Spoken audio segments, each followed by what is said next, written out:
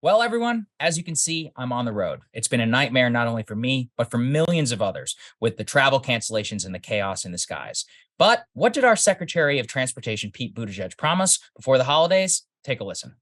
Do you think this issue will be sorted in time for the holidays? I think it's going to get better by the holidays. We're really pressing the airlines to deliver better service. Despite Secretary Buttigieg's promises, that's actually not what happened at all. Instead, there was a complete meltdown in the skies. Let's go ahead and put this up there on the screen. Most of it attributable to Southwest Airlines, which canceled at one point 50% of all flights globally, 85% of all flights in the United States, stranding millions of passengers at airports, causing chaos, luggage, losing it. People I personally know had to drive hours across the country in order to see their families and loved ones. I personally witnessed this at Austin Airport. Even days after, when I was in town for New Year's, I saw hundreds of bags that were still stranded at the airport waiting to be picked up by Southwest passengers. None of this should have happened, and all of it was completely preventable. The Secretary of Transportation completely failed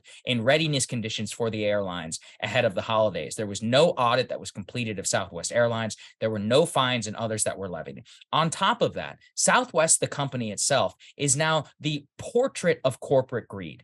On December 7th, 2022, put this up there on the screen, they went ahead and issued a dividend to all stockholders and announced that they had no signs of slowdown in travel demand and that they were well prepared for the holiday season. The CEO of Southwest specifically said that on his earnings call with stock investors. And literally only days later during the holidays, they have one of the greatest meltdowns of travel in modern American history. They used none of the pandemic relief money, which was given to them, to not only keep their staff on, but to reinvest in their business. Presumably, they have a high enough profit in order to pay about dividend, but they don't have a high enough profit to actually make sure that their staffing system is not antiquated. They didn't pour any of the money into customer service very clearly. They were not covering hotels and others because they claimed that the cancellation was due to weather, even though the weather affected every other airline in the country, and somehow they were the only ones who had a complete and a total meltdown. There's a real class element to all of this as well. It's really middle class and lower middle class people who are visiting families and taking advantages of the cheaper and the discount airlines, as well as the free check bag policy, who are the ones who are most affected by this.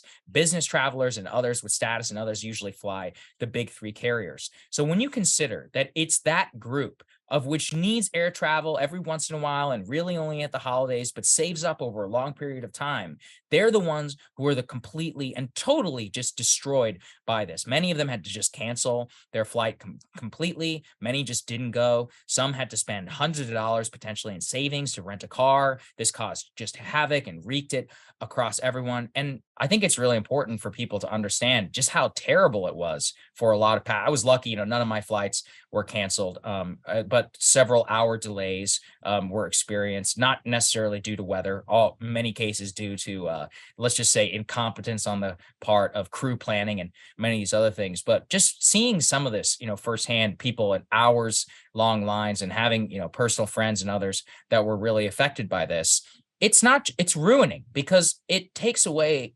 precious time that in many cases people save up for the entire year. They plan their vacation time. They plan everything around the ability to make sure they can get to their destination. And Southwest itself actually bills itself as a family-friendly airline with the free check bags, the low prices, and all of that. And this is what they give their customers in the middle of the only real time that most Americans need them to actually function.